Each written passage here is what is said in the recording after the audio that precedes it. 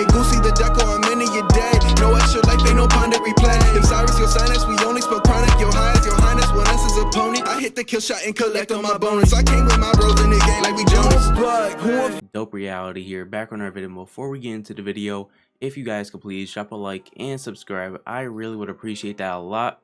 And turn on your post notifications so you get alerted when I post a video. I do daily 2K content, so every day you're gonna get a video from me. But pretty much in this video, I'm going over the best 5-out build for NBA 2K21 Next Gen's Pro-Am. So let's get right into the video. So of course, position, you gotta go with the power forward. For some reason, power forwards are just so good in this game.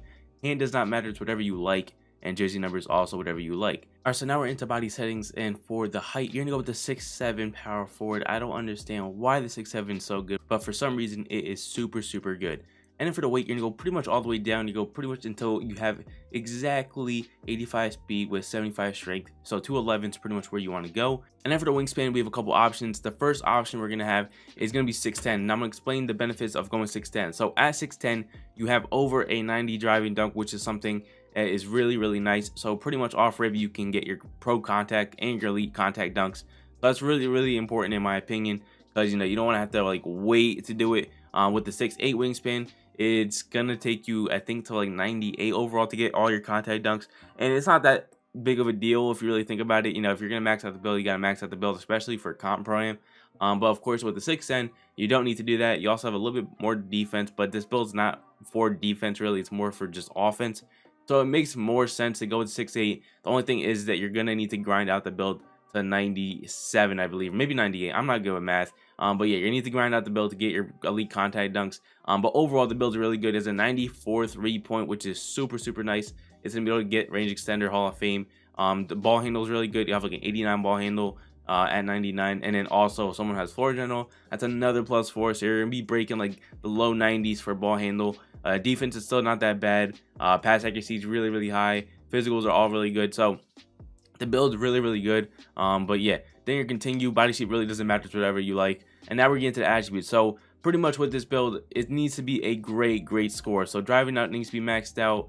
Standing dunks where you're gonna get a lot of your badges from. But of course, you can actually knock down your standing dunk and put it into post control and make yourself more of a post scorer. Now the benefit of not going standing dunk is now you have post control, and post control gives you more attributes and badges to work with. But of course, you know, standing up might be more useful in certain situations. But if you're gonna be 5-outing, I really don't see you doing too many standing dunks to begin with. So it's really just up to you and how you play. But in my opinion, I think this is the best option for you. You go driving layup, driving dunk, and then post control, and then that's what you get. But with this driving layup, you can go pretty high because you'll have a bunch of badges. So 12 badges right now, an 80 post control, which is really nice. So if you ever do want to put someone in the post, you can. And then for shooting, 3-point, mid-range, all maxed out, you have 14. I'll get to around 20-ish because, you know, that's like pretty reasonable. We'll tweak it later if we need to, but where you really need to go heavy in is playmaking, because pro-am, you need some bullet passer Hall of Fame. I promise you do, because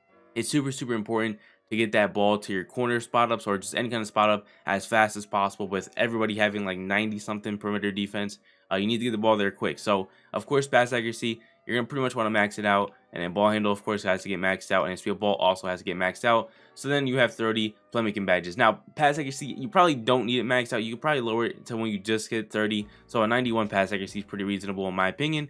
Then of course for defense and stuff, I would just leave that blank for now. We're going to physicals. Speed, acceleration, all needs to get maxed out. Vertical also needs to get maxed out. And something that people keep saying you don't need is going to be stamina. And I'm kind of on the fence with this.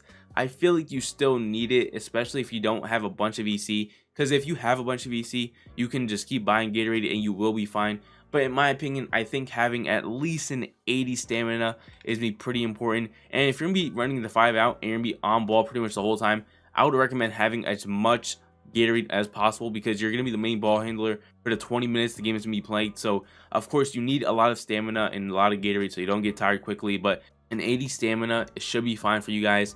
Alright, so I skipped a bunch of attributes because I wanted to mess around with something, but this is what you should get, which is 12 finishing, which is actually enough, 25 shooting, 30 playmaking, and 8 defensive badges. So now I want to go over the benefits to each category and what you should do. So obviously it's still 94, you can tweak it a little bit more. Honestly, I would just put it into free throw so you can be the main free throw option. But of course, finishing wise, crazy driving layup to be finishing at the rim very, very well. Driving dunk wise in 87, very, very good. And then post control in 80. So you can still like get a couple more badges, and also you're a little bit better of just an isoer. So if you ever do have like a small guard on you, you can just post him up, post spin him, and just dunk the ball. But yeah, then we get into shooting. Shooting's really, really good. As you guys can see, you get deep threes, Hall of Fame. It's all around really, really good scoring build. Just shooting and finishing cracked out. And then playmaking wise, this is where the build is just gonna be nuts. It has bullet pass Hall of Fame, handles for days Hall of Fame, unpluckable Hall of Fame, quick for step Hall of Fame, dimer Hall of Fame. It pretty much has everything Hall of Fame besides ankle breaker and stop and go. But personally, I don't think you need stop and go. But having tight handles, handles for days, quick for step, bullet passer, even dimer, unpluckable, and even maybe some downhill is all very, very important. So of course, having the 30 playmaking badges is almost a must. And then you get down into defense, and this is a problem kind of, but not really. So of course, as you guys can see, you don't have a lot of defensive badges and you don't have a lot of perimeter defense. But here's the thing, you can be super good offensively and also have a cracked out defense. So for pro-am's purposes, you know, you're gonna be in the corner, you shouldn't be dropping too much. So there's no reason why you would ever need to really contest anyone. But of course, defensively, you're not great. Of course, you have steal, so if someone does try to throw a lane at you, you can drop a little bit, not a lot, a little bit. Just don't get dotted, because if you get dotted, you're not going to get a contest. And there's no reason to have interior defense or perimeter defense, because you're going to have probably 3 to 4 more locks on the court that can play defense. And honestly, if you're a liability, you're a liability. It really shouldn't matter, because you're going to be stuck in the corner anyway. So yeah, but defensively, you can drop if you ever need to get a rebound, steal, so you can get some lanes. If you do see someone have to like run up somewhere, you can play halvesies. Of course, it's not very beneficial to do that with no perimeter defense, but you can sacrifice the perimeter defense for really, really good offense. Because remember, you're gonna be stuck in the corner on defense anyway. There's no reason you should be dropping to try and stop a rim run or trying to stop a slip or something like that. There's no reason for that. You're not meant to do that. What you're meant to do is handle the ball and score and make your team win. And then physicals wise, you're pretty good still. I mean, you have speed, acceleration, no strength. You don't really need strength, vertical, and stamina. So you're really, really good there. And then of course, you have a couple more attributes. You can pretty much put it wherever you want. Interior defense, you put your offensive one more point up to get another defensive badge, or you can go up to standing dunk and put that up. But honestly, the best one is looking like offensive rebound to get 9 defensive badges. So what you get is 12, 25, 30, and 9. I see this build being extremely, extremely useful in a 5-out and even sometimes pick and roll setting. But of course, this is what you get, and I think it's really, really good. So now we continue and get into takeovers. So of course, with the takeovers, you can pretty much change it whenever you feel the need to. But of course, the ones I like a lot are going to be finishing, and then shooting, and even sometimes playmaking. So the reason to go playmaking would be just to help out your teammate get their, you know, takeover and stuff, because that will benefit them a lot.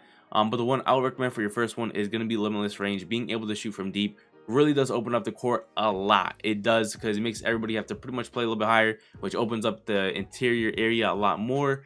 People have to pretty much pay more attention to you. If they see you get open, they might try to help out and stuff. So just situations like that, I think limitless range is going to be your best option. And then for the second takeover, you can go pretty much any playmaker one or any slasher one. I don't really recommend a shot creator takeover for Pro-Am, but maybe you guys can figure out a good way to use it. I personally just don't see it being that useful.